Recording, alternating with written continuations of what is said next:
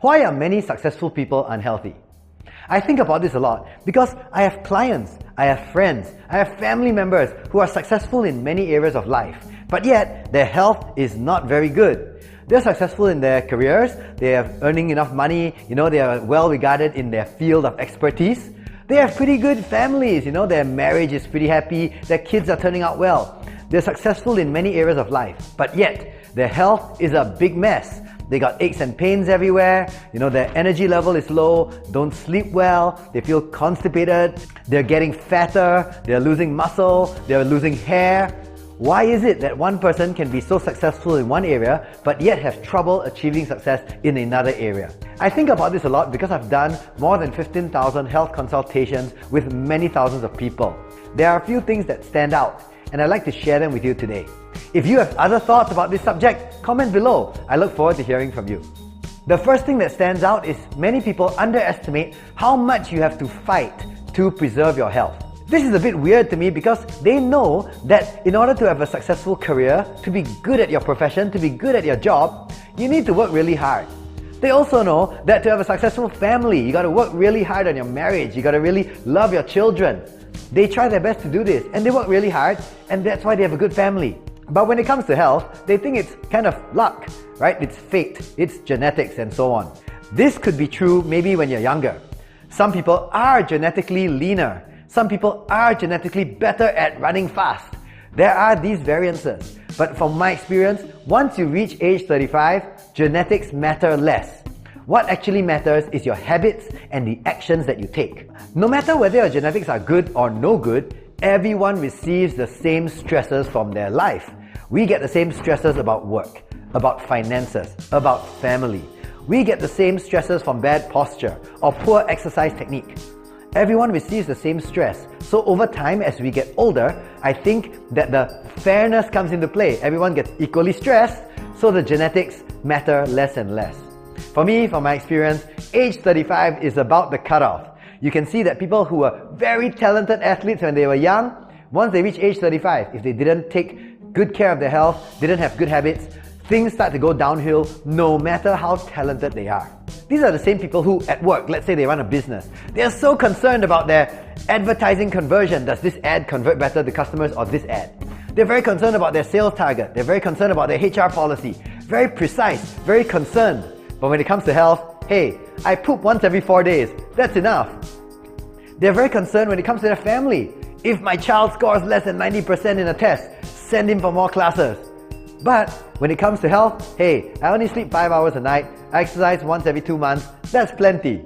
This attitude is kind of weird, but it's understandable because the results of healthy lifestyle take a long time to take effect. You could change your advertisement and within a few weeks you'll notice customers are getting more or less. You could send your child for more classes and within a few weeks you'll see his results tend to improve. But health is a long-term thing and sometimes it's hard to see the big picture. So the first reason that successful people can be unhealthy is they don't have the mindset that health is something you have to fight for. It's not given by chance or for free. You have to fight for it and you have to fight consistently and fight hard for it. The second reason that I think successful people have trouble maintaining good health is that there's a lot of conflicting information out there. There's a saying in the business world that a confused customer buys nothing. If you have a product that has 100 different variations, it's highly possible a confused customer will buy nothing. They'll instead go to a competitor who has a very clear product definition. I think the same thing happens with health. There are many different conflicting pieces of information out there. Some people say, ooh, this low-carb ketogenic diet is really good. On the other hand, some people say, ooh, I tried this low-carb diet and my digestion became really bad, or I slept really terribly. Other people say, ooh, I tried this high-intensity interval training kind of workout. Other people say, I tried this workout and my joints started to hurt. The way I myself and the way I help clients cut through this so-called confusion is by looking at what the body actually wants in your situation. If you are a high-level athlete, you need to push your body because your body needs to be pushed to achieve a very high level of performance.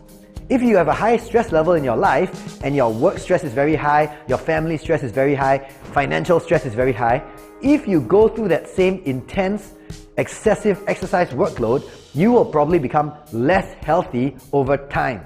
Because your body is in a different situation from the Olympic athlete. You cannot handle more stress to your body.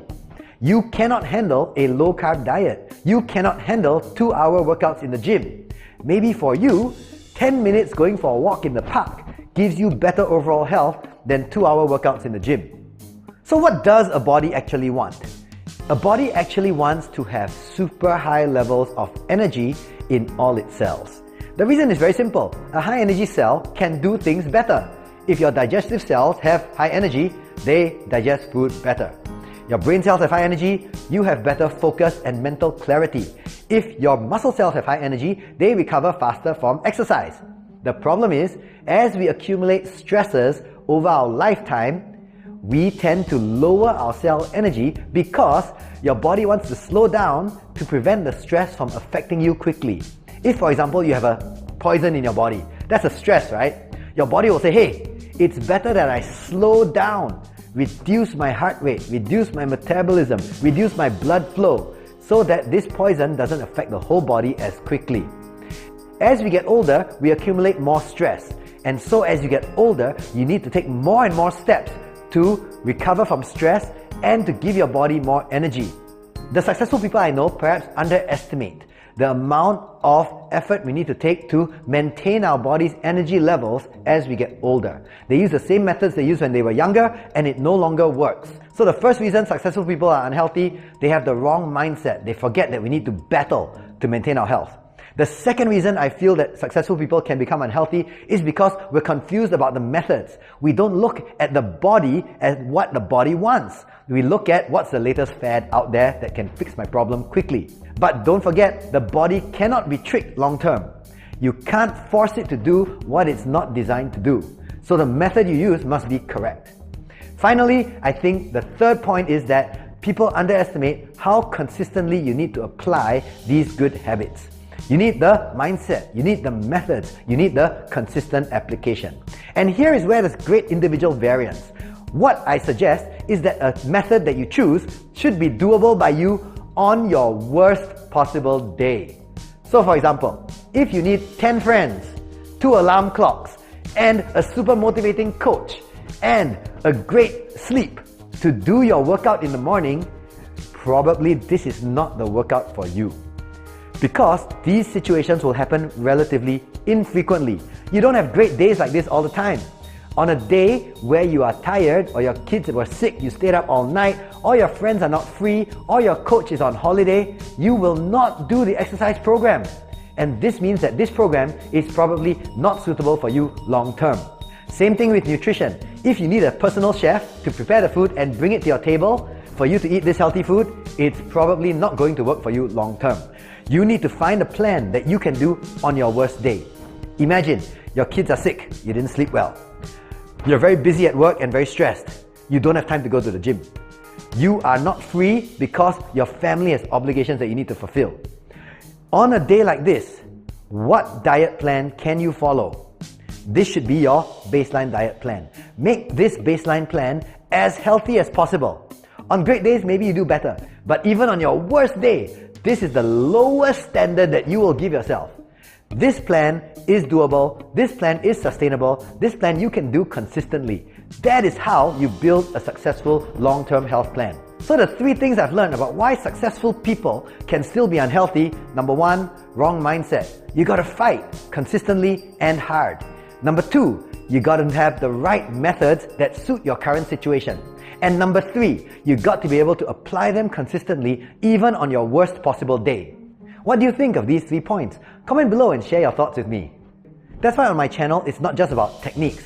It's about consistency, it's about methods, and it's also about mindset. I'm going to share about all these 3 key areas on my channel, so click subscribe and the notification bell so you never miss a single practical, science-based episode on this channel.